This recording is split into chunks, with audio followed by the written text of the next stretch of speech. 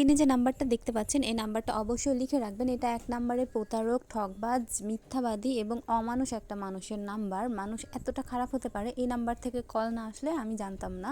ততক্ষণ পর্যন্ত আমার ধারণা ছিল না যে মানুষের মৃত্যুর কথা বলে বা অ্যাক্সিডেন্টের কথা বলেও মানুষ টাকা খেতে পারে বা এমন কোনো চক্র আছে, বিলং করে। আমার মনে হয় অনেকেই আমার মতো যারা জানে না যে এমন চক্র নেমেছে, নতুন একটা চক্র যারা কিনা করে ছেড়ে দিবে। মানুষ টাকার জন্য এতটা খারাপ হতে পারে আমার সত্যিই জানা ছিল না। টাকাটা গেলে আবার আসবে ঠিক আছে, কিন্তু এই যে শারীরিক এবং মানসিক যে আপনার প্রেশার যায়, আপনি যদি একটা রুগী হন, আপনার যদি আগে থেকে কোনো রোগ থাকে, কোনো মানে সিচুয়েশনটা এমন হয় যে আপনি তো তাহলে সেই সময় মারাও যেতে পারেন। মেন কথা তারা আপনার ইমোশনকে পুঁজি করে তাদের ইচ্ছে মতো তারা আপনার কাছ থেকে টাকা নিয়ে নেবে।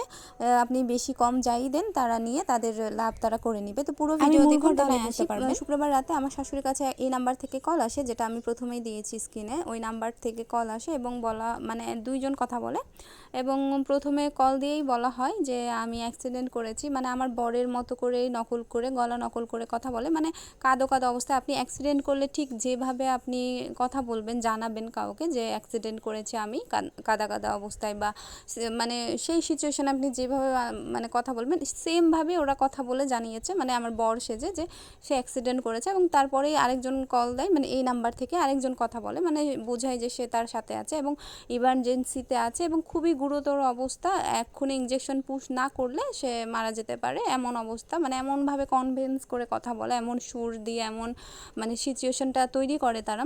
এবং বলা হয় যে টাকা পাঠাইতে, এক্ষুনি টাকা না পাঠালে অনেক কিছু হয়ে যাবে। তো আমাদের বাসার পাশেই নগদ বিকাশের এই নাম্বারগুলো আছে, এটা হচ্ছে নগদ নাম্বার, তারা বলে দেয় এটা তার নগদ নাম্বার। এবং আমার শাশুড়ি বলে যে আমার আর দেবরগুলোর নাম বলে যে ওরা আছে কিনা, ও তারা বলে যে হ্যাঁ আছে, তারা আছে, আমাদের সাথে আছে, এমনভাবে কথা বলে। এই কথা শোনার পরে আমার শাশুড়ির অবস্থা তো একদমই খারাপ হয়ে যায়। একটা মা তার সন্তানের এমন কথা শুনলে যে অবস্থা হতে পারে আপনি জাস্ট কল্পনা করুন। সে অবস্থায় হয়েছিল, হয়তো বেশিই হয়েছিল আমি বলবো, এবং আমি বউ হিসাবে আমার কি অবস্থা হয়েছিল আমি বলে বোঝাতে পারবো না। এই যে এখন বলতে গিয়েও আমার শরীরটা কাঁপতিছে, যে আল্লাহ না করুক এমন যেন কোনো দিনও না হয়, সে যেন সব সময় সুস্থ থাকে। তো যাই হোক, তো সাথে সাথে আমরা কি করি যে টাকা আগে পাঠাই দিই। আমাদের বাসার পাশে যেহেতু দোকান, তো আমার শাশুড়ির কাছে যতগুলো টাকা ছিল এবং সবার কাছে যতগুলো টাকা ছিল, বেশ কিছু টাকা তাদের নগদে, বেশ কয়েক হাজার টাকা তাদের নগদে দিয়ে দেওয়া হয়। এবং নগদে দিয়ে দেওয়ার পরে, যেহেতু আগে আমরা ভাবছি যে আগে তো প্রাণ বাঁচাতে হবে, আগে টাকা, তারপরে আমরা যেতে যেতে দেরি হয়ে যেতে পারে, তো সেই জন্য আগে টাকাটা নগদের মাধ্যমেই পাঠানো হয়। এবং তারা সেভাবেই বলে যে নগদে পাঠিয়ে দেন তাড়াতাড়ি করে। তো তাড়াতাড়ি পাঠিয়ে দেওয়া হয়, তারা বলে দেয় যে এটা তাদের নগদ নাম্বার, এবং নগদেই পাঠিয়ে দেওয়া হয়। দোকানও কাছেই ছিল, একদম বাসার পাশেই। তো দিয়ে তারপরে আমার শাশুড়ি রওনা দেয় মেডিকেলের উদ্দেশ্যে। আমার সাথে আরও ছিল, এই যে আমি এবং আমার হাজব্যান্ড, সবাই আমাদের জন্য দোয়া করবেন, আমার হাজব্যান্ডের জন্য দোয়া করবেন, আল্লাহ যেন তাকে সবসময় সুস্থ রাখে।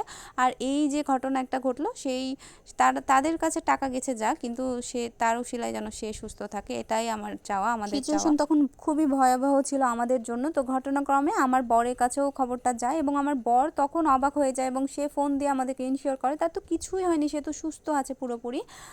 আমার শাশুড়িকে কল দেওয়া হয়, আমার শাশুড়ি অর্ধেক রাস্তা থেকে, মেডিকেলের রাস্তা থেকে আর কি ফিরে বাসায় আসে এবং সবাই আমরা ঠান্ডা হয়ে বুঝি যে এটা একটা চক্র, এটা একটা প্রতারণা। আমার বর বাসায় এসে সে দেখে যে, সে বলে যে তার তো কিছুই হয়নি, এমন কিছুই না। তো তখন আমরা বুঝি যে এটা বড় একটা প্রতারণার জালে আমরা ফেসে গিয়েছিলাম এবং আমাদের অনেকগুলো টাকা গেছে।